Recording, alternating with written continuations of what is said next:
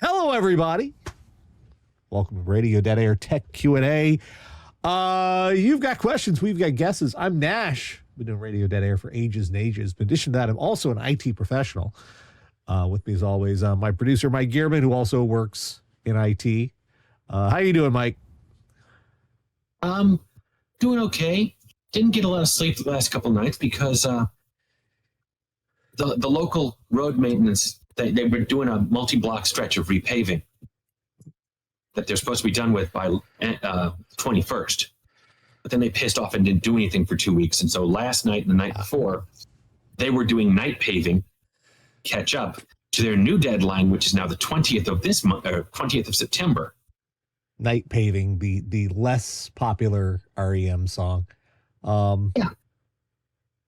See my shirt? No, I haven't seen your shirt. What's your shirt? Where did you find that? Redbubble. I got Mr. Delicious because I could. Because, God damn it, why not? My favorite shirt recently is one that says, it's got an owl on it, and it says, disappointed, a bird. Might not be an owl. It's in the laundry right now, so I can't tell. Disappointed, but not surprised. Well, we have got some news and some questions. If you have some for us, you can send those to request at radiodeadair.com. I think we got room this week. Yeah, just wanted to note, I was talking to Mike about this before we came on tonight. I've added a second webcam for the porch for the cats, and put that. Yeah, I did notice it's switching between two different views. Yeah, wonderful thing. I purchased is a Wyze, WYZE Pan Cam V3. It's a nice little camera. Oh, look, there's Calvin. How you doing, buddy? It's a nice camera, and it's only $30. And it's, when I say a nice camera, it's 1080p. It's full streaming. It's motorized, so it can move. It can actually do shot tracking if it wants. It can do facial recognition, a whole bunch of stuff. Why is it only $30?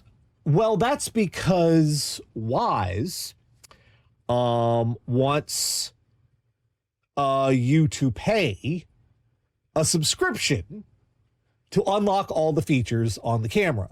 So they give it to you as a loss leader. They give it to you relatively cheaply. Kind of like all those home automation Alexia type things. Yeah. But here's a fun thing. I've talked about this before. There's a wonderful program you should look into called Home Assistant. It is an open source replacement for all of those home automation servers that you have to log into, and they want your email, all the crap. Home Assistant is, you can set up your own server on your own computer, and they have so many plugins for so many devices. There is a Wyze plugin.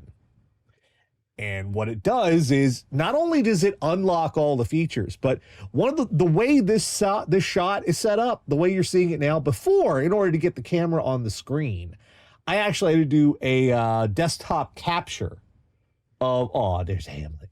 I had to do a desktop capture of the image. I had to open an image in part of my desktop.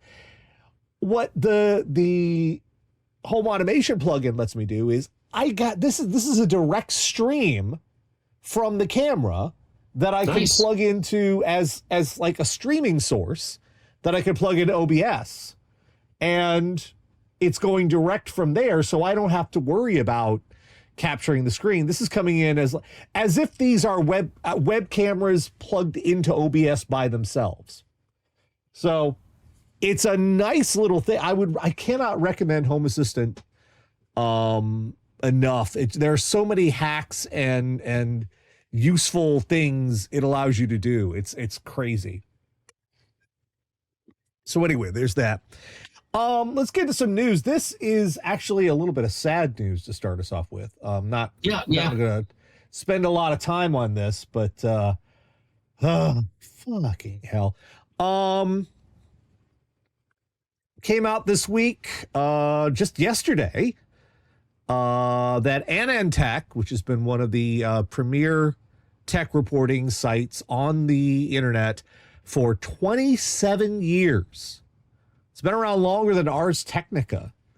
They are finally closing their doors because, well, I guess it's no longer economically feasible to continue publishing like they were before.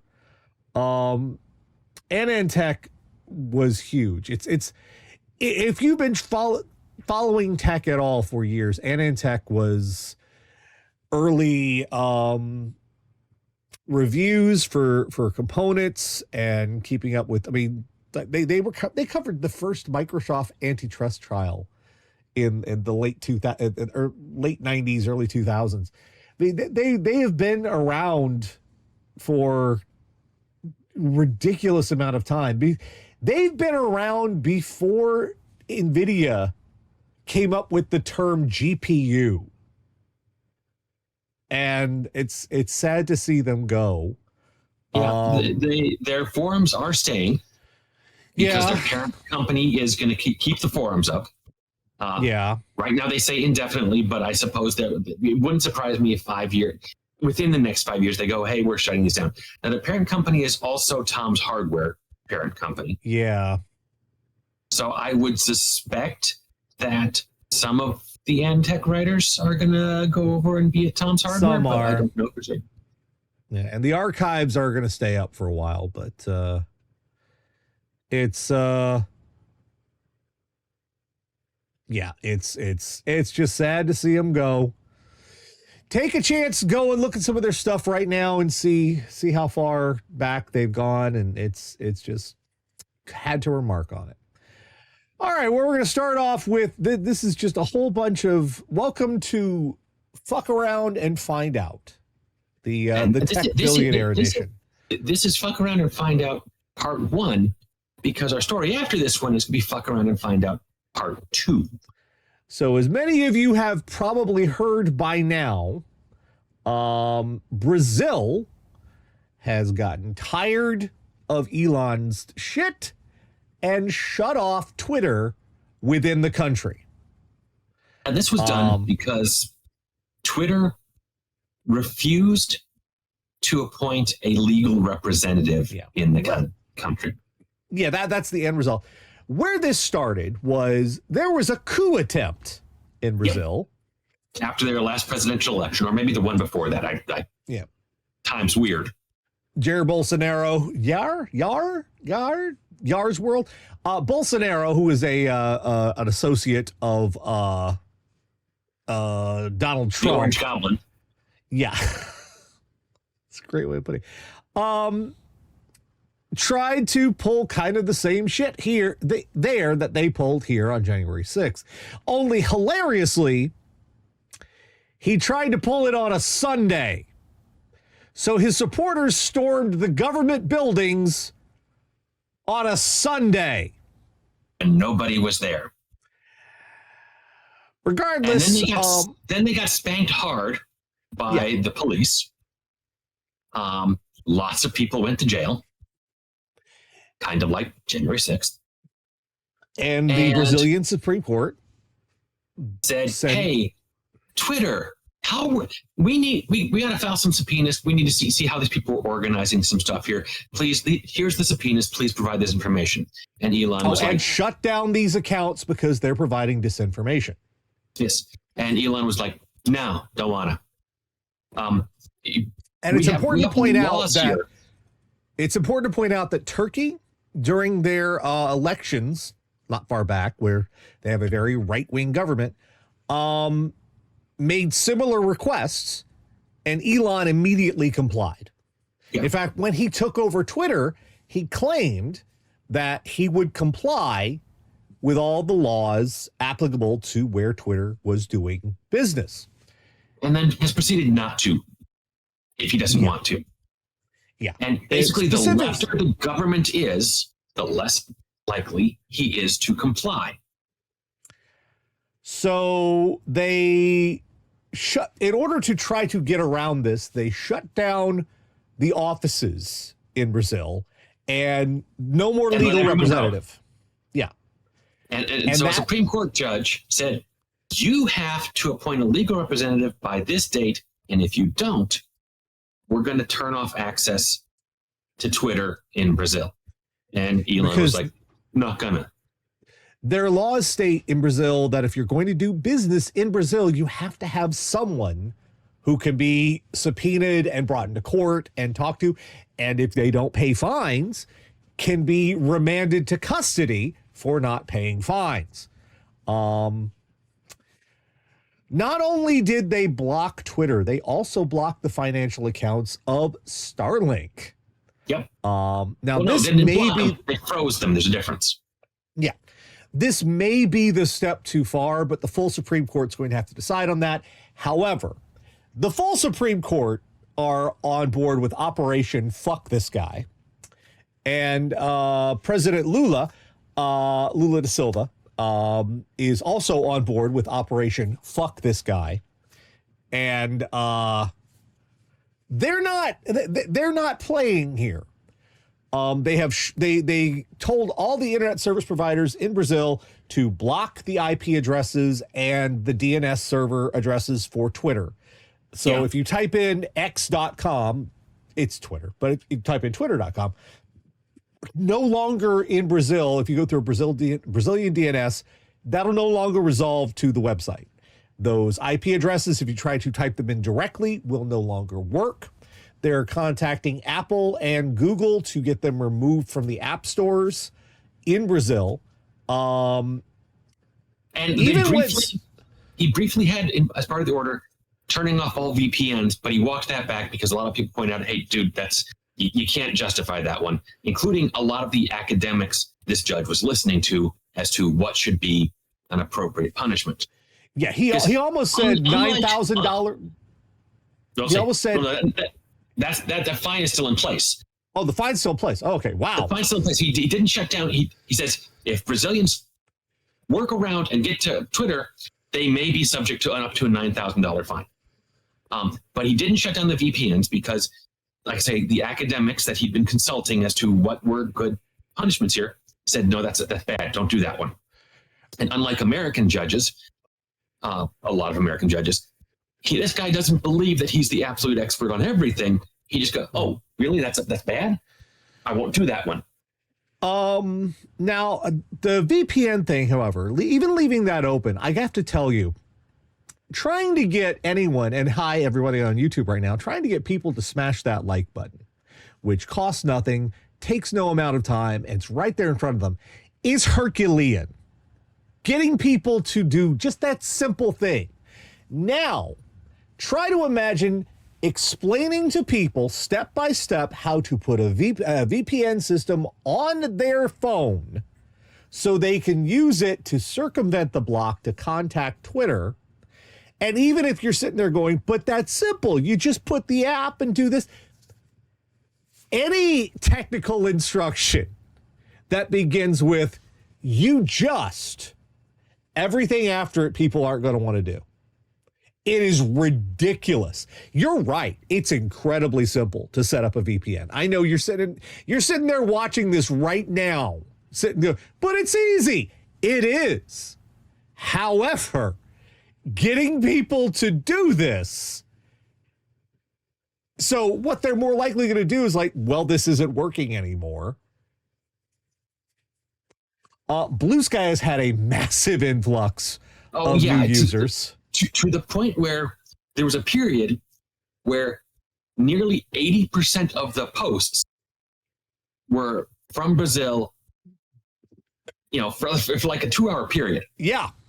And then it was great.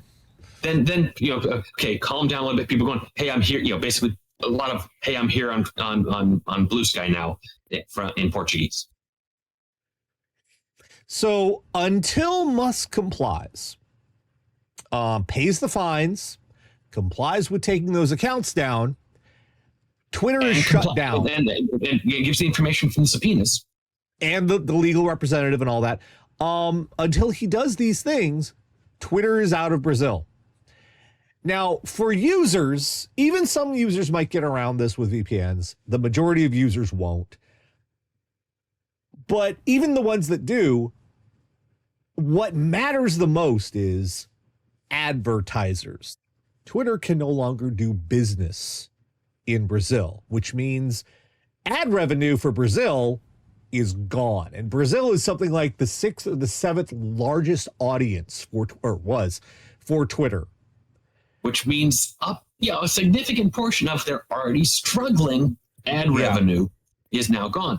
Which, by the way, the banks who loaned Elon the money, I remember reading last week that you were all going, why did we loan him this? This was dumb. We shouldn't have done this. And now we're stuck with it. You're still stuck with it. You're still stuck with it, yeah. It's about 7% of Twitter's user base. Holy shit. But that's not the only fuck around and find out. Did you know? Fuck around and find out comes from all the way from that strange and exotic land known as France. Did you know, fun fact, before Twitter, the other tech company that got slapped down by Brazil, who do not screw around with this, guess which one that was, Mike?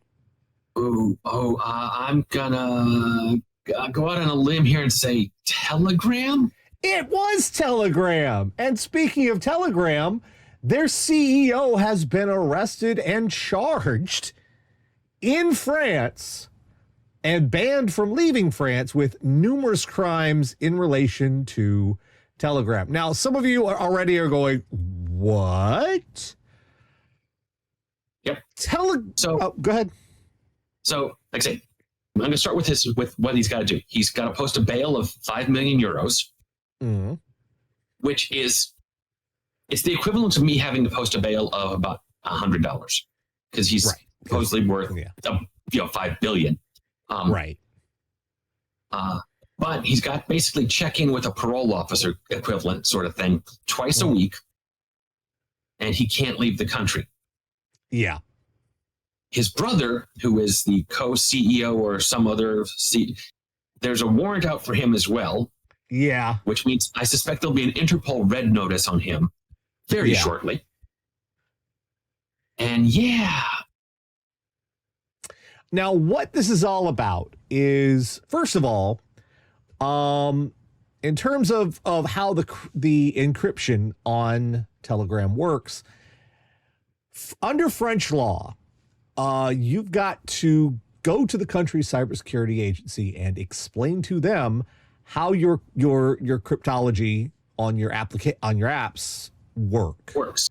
Now, you don't have to actually necessarily show them the code.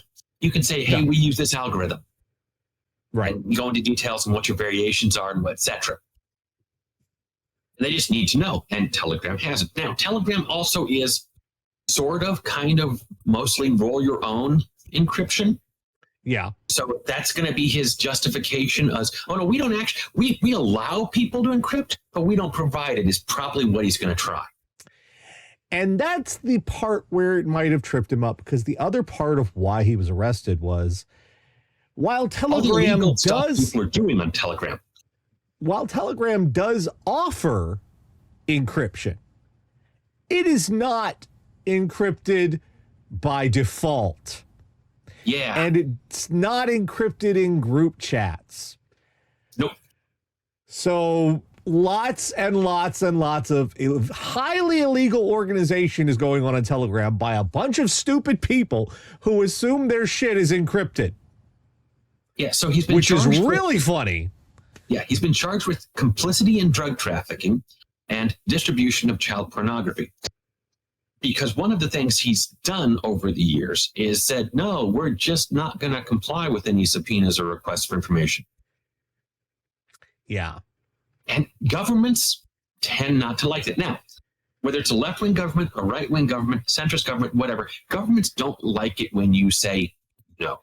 Now, an actual democratic government, you might be able to go to court and say they don't have the authority to ask for this. A more totalitarian government will go, we're going to jail all your people. Well, I mean, in this case, they kind of do. Because, for example, you have law enforcement in a group chat, and they are privy to people distributing child sexual assault material on the service. And they want from the service to know, who are these people? We need to know who these are, where they are, so we can have them arrested. We have evidence of this is going on. We need their information. And the service just not complying with that. Guess what? You have opened up grounds to be an accessory because there was no end-to-end encryption by default automatically. Because law enforcement could see what they were saying. Yeah. They could prove to you what they were saying, which means if it wasn't encrypted, you could see what they were saying too. Yeah. And, by the way, Telegram has also not ever, apparently, based on other articles, ever responded to takedown notices of copywritten material or CSAM or drug material or things that are illegal in certain areas where they go, hey, this looks like it's all happening here in France. The guy selling, the guy buying, it's all in France. Take this stuff down, tell us who they are. And they're just not, no. They're not even doing a poop emoji as a reply. This guy might actually go to jail. Possible. What he's been charged with has a maximum penalty of 10 years in prison and a 500,000 euro fine, which I've got to admit, I'm confused that his bail is 10 times the maximum fine. Yeah. I feel if that were US, now maybe they say, oh, he's got multiple of these charges and it's, if he gets convicted on 20 of them, that's a $10 million or 10 million euro fine. Okay, whatever, sure. It's worded poorly enough here, and I don't read French, that this could be read that way. Now, if you're not like, well, I don't know how this will work, I want to refer you to a case we had in America not long ago regarding Backpage. Backpages, that whole thing. One of their main people behind Backpages, and you can even call what they going after Backpages a witch hunt, but because they were able to prove a link back to the person in charge, what is his name? Well, he was just sentenced to a reduced sentence, something like 5 years, and yeah, he was just sentenced to prison this last week. So yes, 5 years. Now, I'm just going to say very briefly his case. Apparently, he was found guilty on one thing, money laundering, just one thing, and acquitted of 50 other charges. Yeah. He's still facing 30 more charges, but the government got him on 1 out of 50, or 1 out of 51. So, not spectacular. I still wouldn't want to do 5 years in prison. Yeah, and a lot, like I said, a lot of the stuff going after Backpages was very witch hunty. It was very sexually tinged. It was like, the prostitution, but a lot of those charges didn't stick. But the money laundering one was kind of cut and dried. Still, you can be held responsible for shit your company does, and quite honestly, I feel more CEOs and board members should be held responsible for what their company does, since we cannot technically execute a company most of the time. When a company, if they do something that ends up killing a lot of people, it needs to be more than a fine. Well, speaking of companies that have done a bunch of stuff, like, for example, NVIDIA, like stealing all the videos off YouTube to train their AI crap. Jensen Huang. Yeah, they haven't killed anybody yet that we know of. Jensen Huang this week in the talking about the earnings call that somehow disappointed Wall Street because it was not as big as they wanted it to be. Line must go up, Nash. Well, what he did warn was that the initial run of Blackwell, which is the next gen architecture for GPUs and AI, generative AI server chips and whatnot, the first run didn't work so great. Now, when we talk about yields, what happens is when they make silicon chips for systems, for your GPU, your CPU, any kind of silicon chip, really, they take a big old wafer of silicon wafer. It is a blank. They put it through the fabrication process. Then it goes through lithography, and that's where the super itty bitty tiny etching happens. It's been getting smaller and smaller and more complicated as time has gone by. I believe this is going to be either a 2 nanometer lithography. Maybe it's a 3, but it's down to the 2 or 3.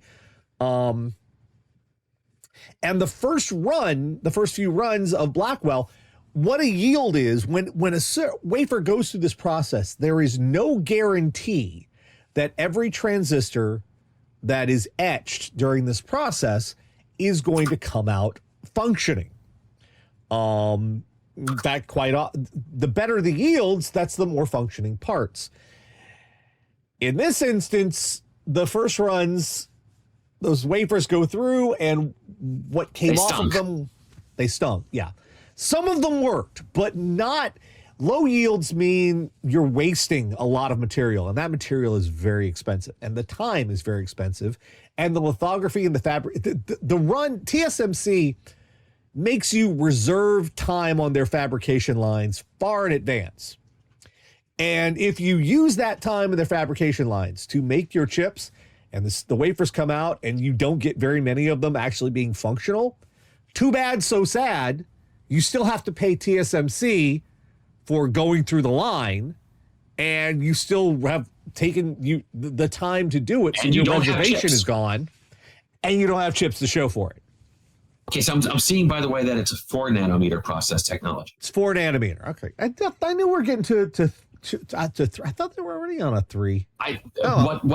What I've seen in other articles, just in the last couple minutes that I've been Googling, is that they're apparently going to be using Blackwell to help develop a 3 and a 2. So they're using their own stuff to then turn around and make better stuff. Fair. Yeah, if they're using that with AI, I don't know if it's going to work very well. Well, the result is they are trying a new way of doing it to attempt to get a higher yield, but this first run's going to be fairly low. And that means NVIDIA has burned the money to make these chips. Yep. They're going to have to sell them for much more than they wanted to. And you might be like, well, too bad. Oh, they get more money. Oh, that's so bad for them. It's a matter of people being able to afford it. Yes. Demand is already above listed supply. So that means price goes up. But if the price goes up too high, people do look for alternatives because it's just not feasible. That's how supply demand curves work. Yeah, this venture capital stuff is not infinite, despite the appearances to the contrary.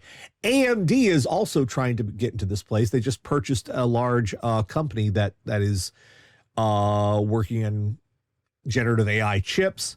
They are trying to take on NVIDIA here, kind of like how they're taking on Intel. They're probably not going to dominate the market, but they will take up some share of people who need them but can't get them from NVIDIA.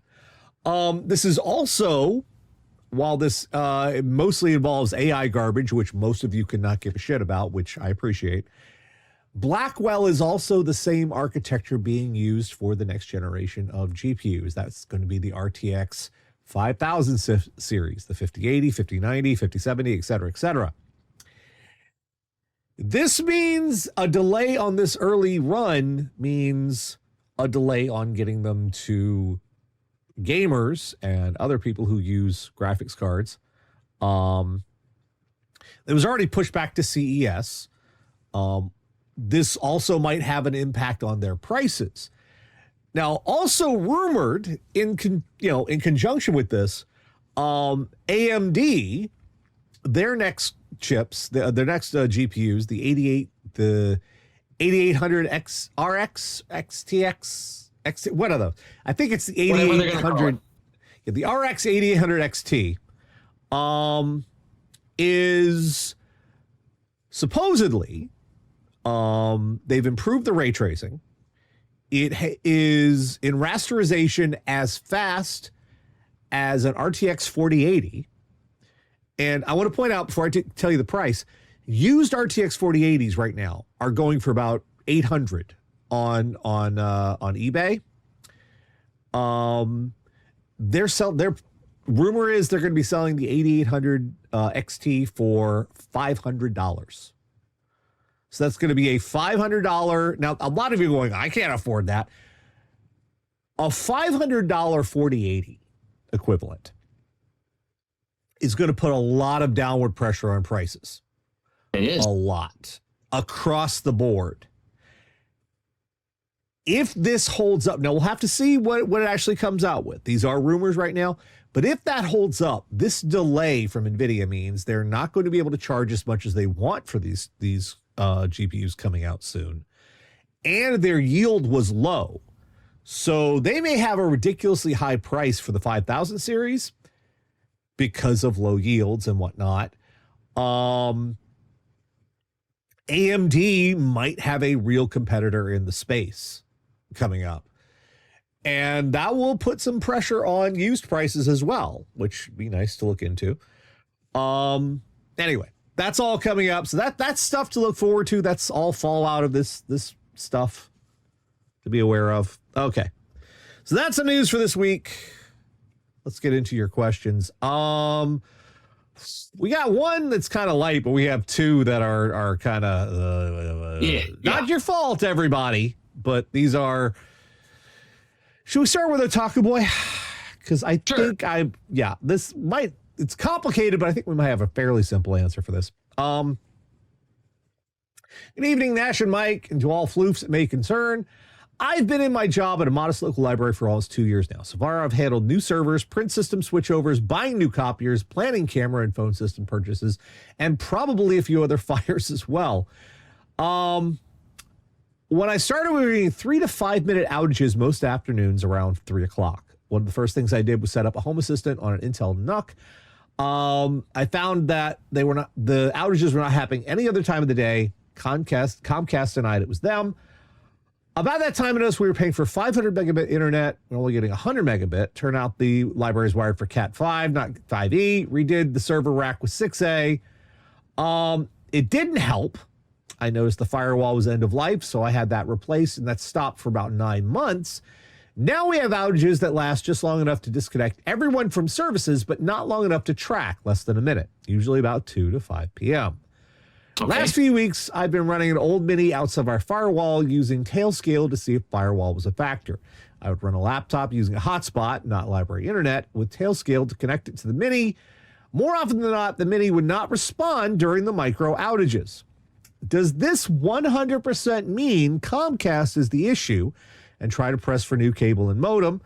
Or is it worth it to remove the firewall and try to run the system on Comcast's built-in firewall for a week or so to confirm? Or is there something else I'm missing? Okay, so any thoughts would be helpful. I would not necessarily rely just on Comcast's built-in firewall. That's just me. Not for any large or any organization at all would that be a bad plan? Yeah. One of the first things, I do feel this is Comcast's fault, but yeah, this does seem like, however, this might be a stupid one. One of the things that can cause an issue with this stuff is large machinery or certain machinery, or does anything kick in specifically at this point of time? Does an AC system start up? Is there some sort of, I don't know, cleaning system?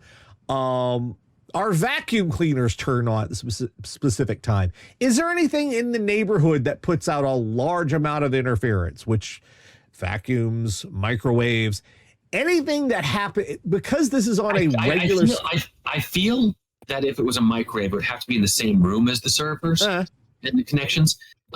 Because if it's I say that, but there was that Welsh village where people trying to watch Piers Morgan in the morning would turn off internet for the entire village. But it's a wired connection. Okay, even if it's a wired connection, though, things can interfere with wired connections. It's not normal, but it can. The regularity of it might mean interference. It would be weird. It would be very weird.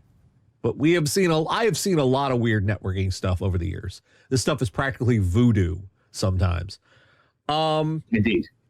So that's a left field one. That's probably not the issue, but it's just something that you might want to keep in mind.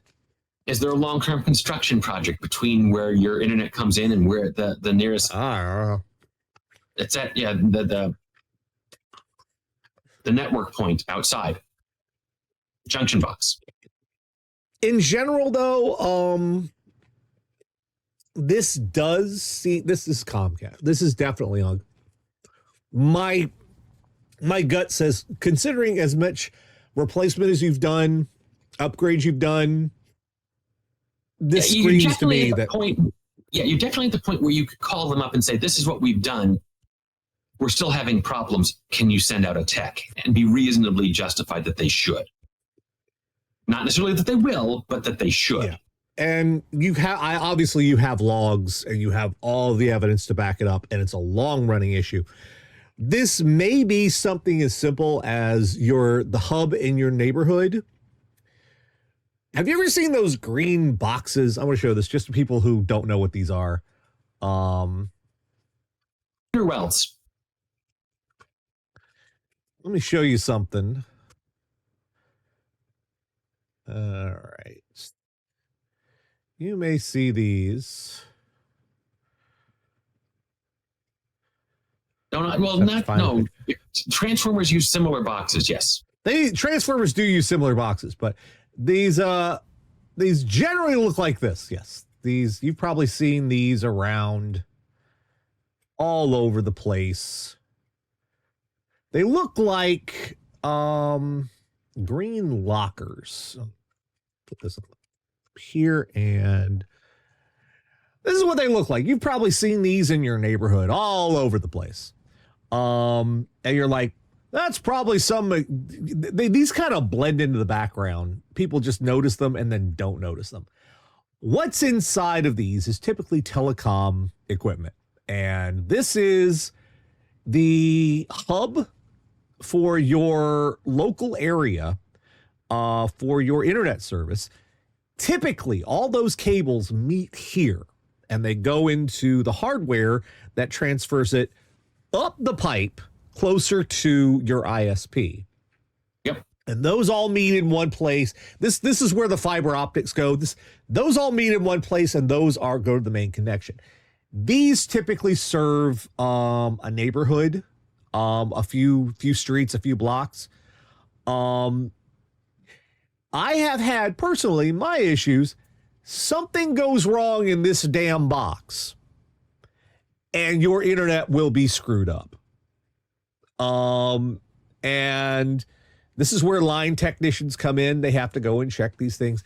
The fact something might be screwed up in the hub box. I'm saying hub. Might not be. I think hub might be further upstream, but regardless, the junction box. There could be something wrong in there, and they just need to take a look at it and test it out and go, this part. This part was marked as needing replacement in 2022. That was when Carl worked here. Carl said he did this. Carl lied. Now, if Comcast fights you on this is the fun. always remember, you have the option to contact the FCC and file a complaint. Now, some of you be like, well, what good will that do? Actually, quite in this a bit. Case, a lot. The FCC has a complaint online. You could file online complaints with your ISP. Let's see if I can find it. It's a little tricky. ISP complaint. Here we go. I just did FCC ISP complaint on Google, and it was my first link. Now I am on the web one versus the all one because I don't want any AIBS on here. Just look for FCC internet complaints or ISP complaints. And they will send you to this page here, and it has a start your complaint with the FCC.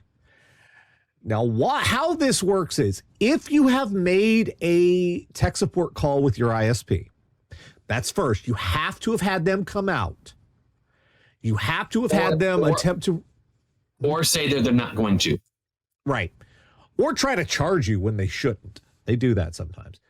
If you have had a tech support issue, they will not fix it. You file this form.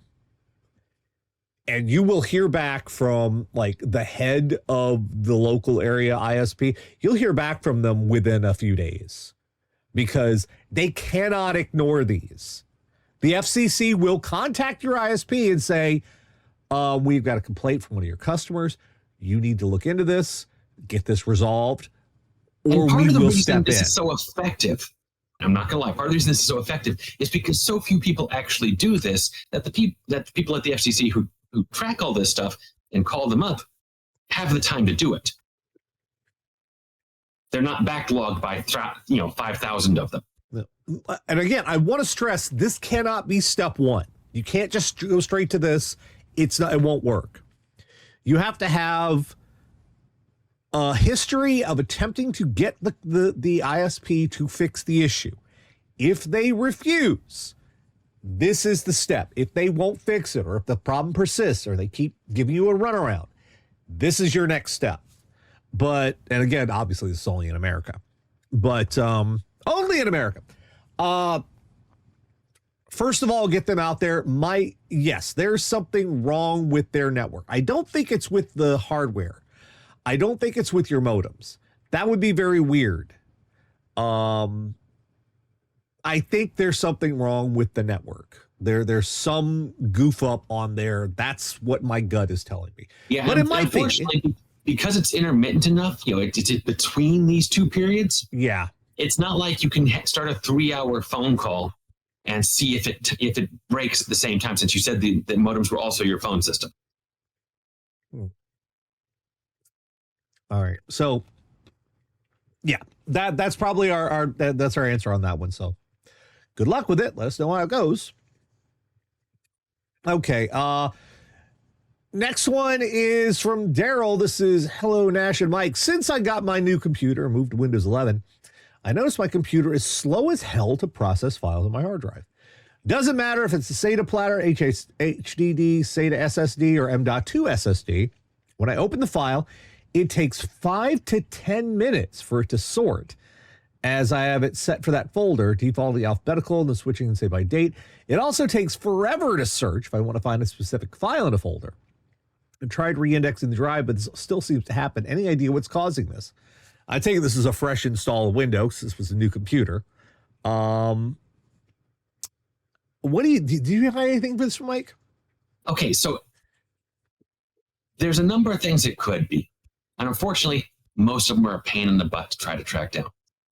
Are you connecting to external? I have this recollection that Daryl has, because Daryl's written in before, has external drives and what's that thing called? Where you got a set of external drives. It's a mini file server. NAS? I just lost the term. NAS, yes, a NAS. NAS, yeah. So Windows 11 has a problem sometimes when NASs are there and you have them in your quick access. No NAS, no RAID. No NAS, no RAID. Darn. Okay. Then that's not it.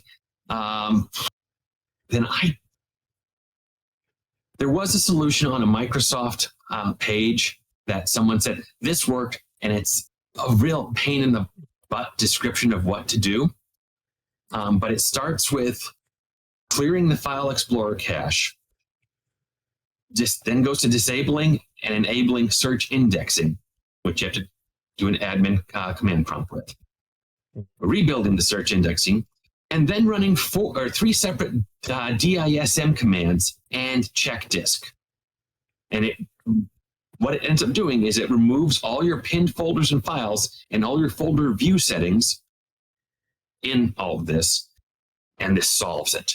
and then you can start putting them back and seeing if that's what it is. Yeah, it's got to be, because it's not specific to a drive. It's got to be something with It's how specific. It's more generalized with how the computer is accessing the things. So yeah, because behind the scene, number one, Windows search has always been abysmal. It's still janky. abysmal. It's terrible. All right. Little side note here. The reason why it's still terrible is we're still using NTFS. We were supposed to have had a new file system format long time ago, and NTFS never come around. Yeah, before NTFS we had FAT32, and we replaced it with NTFS because it was superior to FAT32. And NTFS was what, early 2000s? Because it was new, it was Windows NT, so it was NTFS. NT file system is what it stands for. Laughably, back then it was also called New Technology File System. Let's see, when was this start? In the 90s. There you go. That's the problem, because this has been July 27, 1993, 31 years ago. So there have been, supposedly we were supposed to get a new file system with, it was either Windows 7 or 8. That didn't happen. I think it was 8 and they ditched it for reasons. But we are way overdue for a new file system. And they simply haven't done it. That means everything underneath it is kind of creaky. That's part of why, it's not the entirety of why Windows search sucks, but it's part of it, because it's janky at this point. It's a Jenga tower. Yeah. One thing that might also help is disabling and uninstalling OneDrive. If you don't use it, take it off, because that OneDrive touches the same Explorer process that your File Explorer does. But if OneDrive is not responsive, even if it's not supposed to be doing anything, then your File Explorer is not responsive.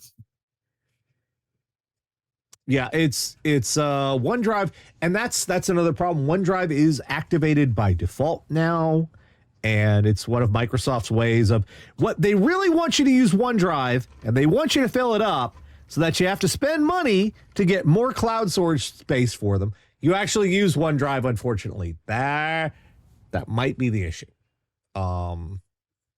It's OneDrive, because it's cloud storage and it's set to mirror some of your file folders. That may be part of this issue here. Again, it's hard to say because there's a lot of things that could cause this.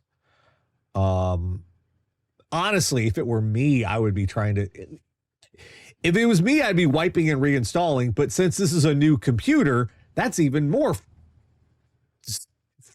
What the hell? Okay, one other thing you can try. I'm going through stuff here. Bring up your folder options and uncheck. If the box is unchecked already, then this won't obviously work for you. Uncheck the box that says show files from office.com. This will be under the general tab of folder options. And that apparently for a number of people sped things up dramatically. Okay. Burning it at 1. Thank you for the follow. Appreciate you. So yeah, good. That's the best we can tell you. It's lots of things could be causing it, and we have Windows is Windows. So try those things, get back to us if it doesn't work. We'll see if we can help you out some more. All right, we got one last question this week. This is from Nikki. She says, "Hey Nash and Mike, I'm going to try to set up an old laptop with Linux so as my friend's kid will have a system for school that can still do things quickly. It's my first time doing anything like this, and I'm already reading tutorials. You have any distro recommendations or any tips or anything I should be aware of? Thank you, Nikki. A few. I don't. Sure, yeah. What's your preferred distro?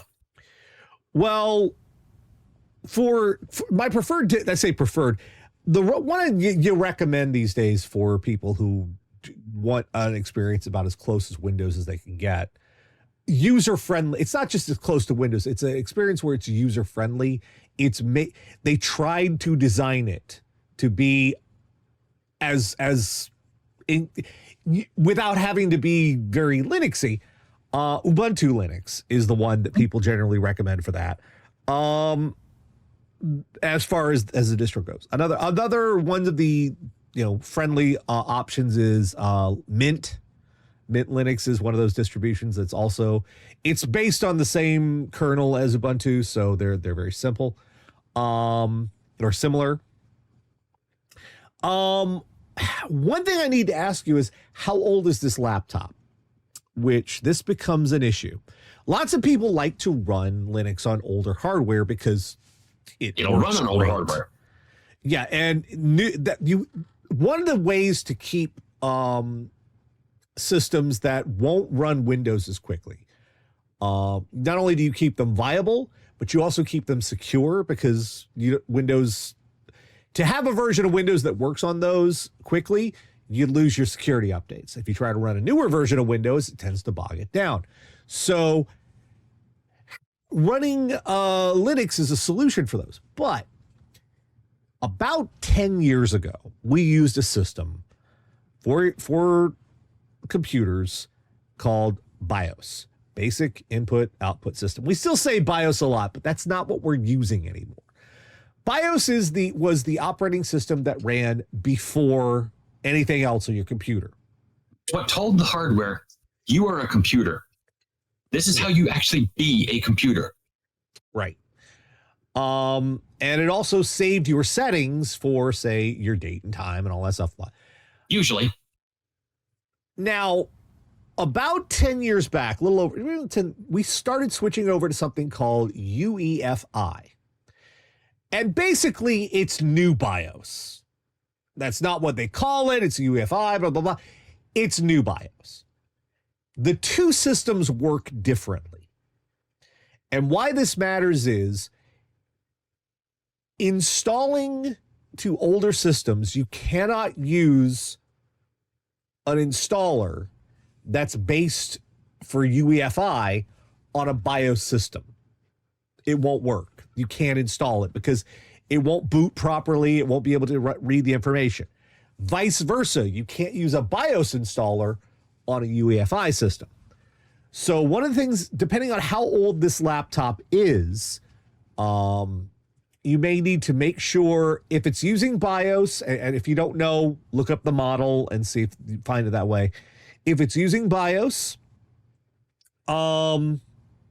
then you need to have an installer that will work with BIOS. Typically, the best way to make an installer for Linux is a program called Rufus. It's free. It has a portable version, meaning it's something you don't have to install. You just run the file and it opens and works. Rufus is software that takes image files and turns them into bootable USB devices. So you download the image for your Linux distribution, you put in your USB drive, you open up Rufus, you open up the image file you downloaded, and it will automatically make a bootable USB stick for you. You can put in the options like tell it for UEFI or BIOS and all that to make it where it will boot on whatever system you're trying to boot it on. So like that's the first thing to be to consider trying to put Linux on older hardware. It's one of those little hitches you have to pick up. And there could be a number of other hitches. Fortunately, the Linux sites, especially Ubuntu, have a great deal of help files on, oh, you're having this issue, this is what you do. Yeah, sometimes you might have to dig for it. I've been messing with Mint a little bit lately. A little trick I discovered. I'm setting up a live TV server for us so that we can actually watch over-the-air antenna television on any device. We're doing it through Plex. And tricky thing, I'm using a tuner that was made for it's the Xbox digital tuner for TV. You plug in the Xbox, gave it TV. I'm using that. It won't work right under Windows. Plex won't recognize it enough, but it works perfectly fine under Linux. Plex will use the tuner, and you can watch TV, and you can sling it to any device you want. Cool. It has got, the experience is much better than some of my older experiences with it. There is a driver, something that will just, a driver installer that you just click the button. It will go through and look and see if any of your hardware needs drivers, and it will just let you want to install them. There are packages for Linux now that install kind of just like an exe file. They're a .deb file. Those install very simply. It's still a little more technical, but it installs a lot like Windows. The trouble you run into is not everybody is using the Debian, .deb files. Not everything is set properly. There are a lot. One of the problems with Linux is the dev community, the people who actually do the development for Linux, like Linux to be nerdy as fuck. They like going into the console. They like typing sudo apt-get install. They like knowing the console commands. They're not like interested in user friendliness necessarily. Yeah. There are some that go, hey, if we want to have this be more widely adopted, and others are going, why would we want to do that? Shish. If we want this more widely adopted, we've got to make this usable. Linux tends to be a hobby pretending to be an operating system, which can be, that's where you have people like the Ubuntu organization and Linux Mint, people who are actively trying to make the experience easier for people to actually use. That's why I recommend those distros. Those are the ones that you can come at and you don't need to know a bunch. However, you might run into instances where you, like, there are some programs I tried to install that they immediately, like, you go to GitHub and you're like, okay, where's the install instruction? Okay, open the console. And I'm like, oh God, fuck's sake. They don't have a. You or I could do that, but the average user is like, okay, it's like when we said earlier when with the Elon Twitter Brazil story. Elon is there, so, oh, people just use a VPN. He even tweeted that. Just use a VPN. Like, the average user is not going to set that up. No, they're not. They don't even know what a VPN is. Yeah, I can do it, but I hate going through the console. It's annoying. It's a pain in the butt.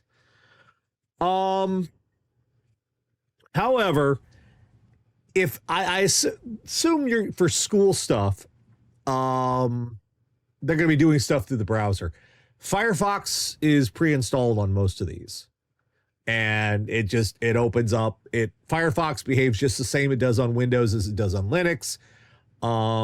They've improved the media stuff, so Netflix runs fine, YouTube runs fine, all of that stuff just runs. Anything that's like HTML5 based, it's all within the browser anyway, so Linux is not as big a component of it anyway. So yeah, I would recommend one of those two distros. And be aware of the BIOS UEFI thing, but otherwise you should be fine. Oh yeah, and depending on how old the laptop is, it may be time for a new battery, because they wear down. So that might be something to consider if you're going to be passing this on to someone else. I mean, that is the nice thing about Linux. You put Ubuntu, you put Mint, you put one of the distros like that onto an old laptop, that thing will keep running. It might not be able to. We'll play a surprising number of games now, thanks to Proton, if you can configure that and get that working. Steam, I believe, works on it. So there's a lot more game functionality than much more than there used to be. But it's I would stick with Ubuntu or Mint because those are the most approachable, I'd say, distros. Now I know everybody's going, oh, well, what about this one? Oh, this is Slacker, and this is. I know you like yours. That's one thing about the Linux community is everybody has a distro they like because it does this specific thing or it does the specific way, and it's like, hey, my favorite Linux distro doesn't exist anymore. I just liked it because I never used it. I just liked the name of it, and it was Yggdrasil. The Linux community is the nerdiest bunch of nerds you've ever hoped to experience.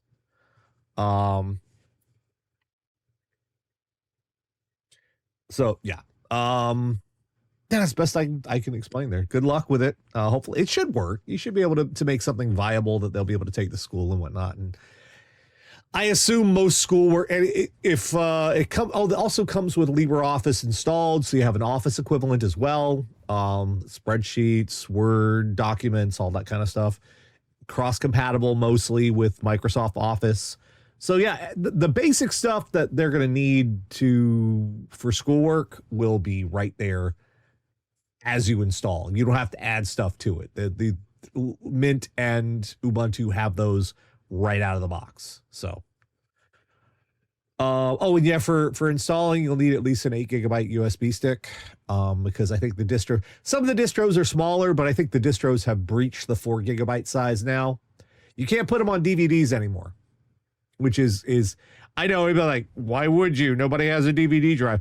I liked having live DVDs. Okay, those were a troubleshooting dream. I loved those things. Just so you know, having a live CD for Linux, if Windows was acting weird, one way you could eliminate you could figure out if the hardware was the problem or if the software was the problem, is you run Linux on a live CD on that computer.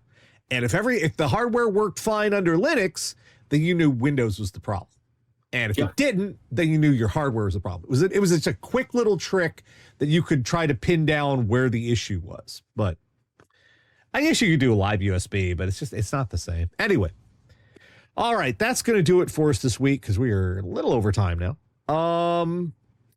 We will be back next Saturday, 9 p.m. Eastern. If you have tech questions for me and Mike, you can send those to requests@radio.air.com. We'll try to put them on for you.